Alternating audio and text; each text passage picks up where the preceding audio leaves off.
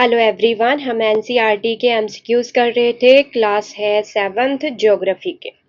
ठीक है, चलिए क्वेश्चन आंसर शुरू करते हैं।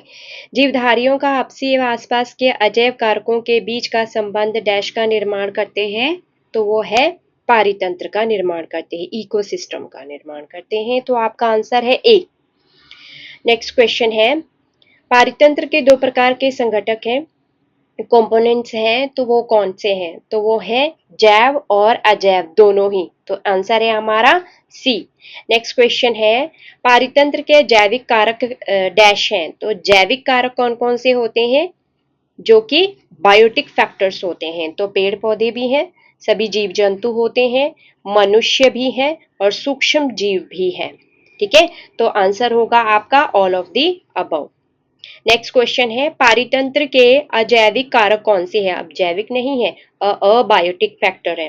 तो अबायोटिक फैक्टर हमारा प्रकाश है, ताप भी है, नमी और वायु भी है। तो ये तीनों है, all of the above. Next question है, जीव आपस में और पर्यावरण के साथ किस प्रकार क्रिया करते हैं?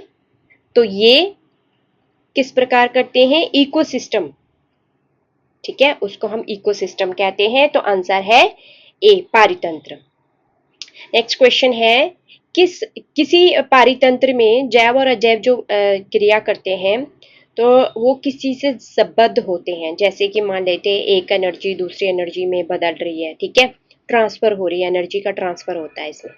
ठीक है, तो वो है आंसर आपका बी, ऊर्जा का सामग्री का स्थानांतरण, यानी कि transfer of energy and material का।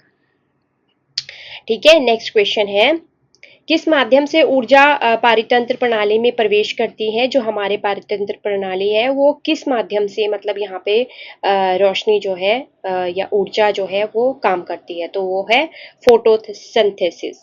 ठीक है, तो प्रकाश संश्लेषण की वजह से। ठीक है, तो आंसर है आपका सी।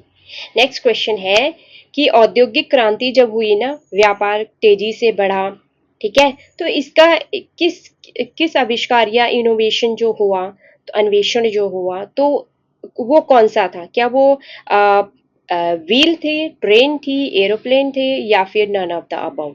तो ये आपको अच्छी तरह पता होगा। ठीक है, ये तो जीके का क्वेश्चन है। तो ये है पहिया, ए, व्हील।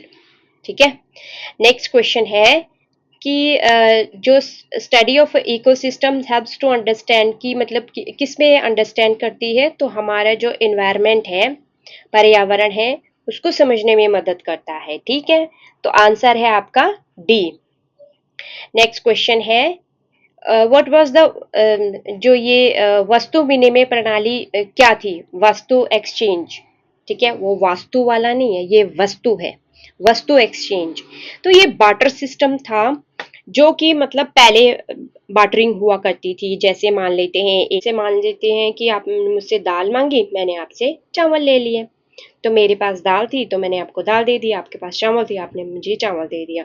तो पहले ऐसा ही हुआ करता था। ठीक है, कोई करेंसी नहीं हुआ करती थी पहले। ठीक है, चलिए, तो ये हो गया आंसर आपका। वस्तु के वस्तु दे के वस्तु ली जाती है इसमें। ठीक है, तो आंसर है आपका B. Thank you everyone, stay blessed, जय हिंद।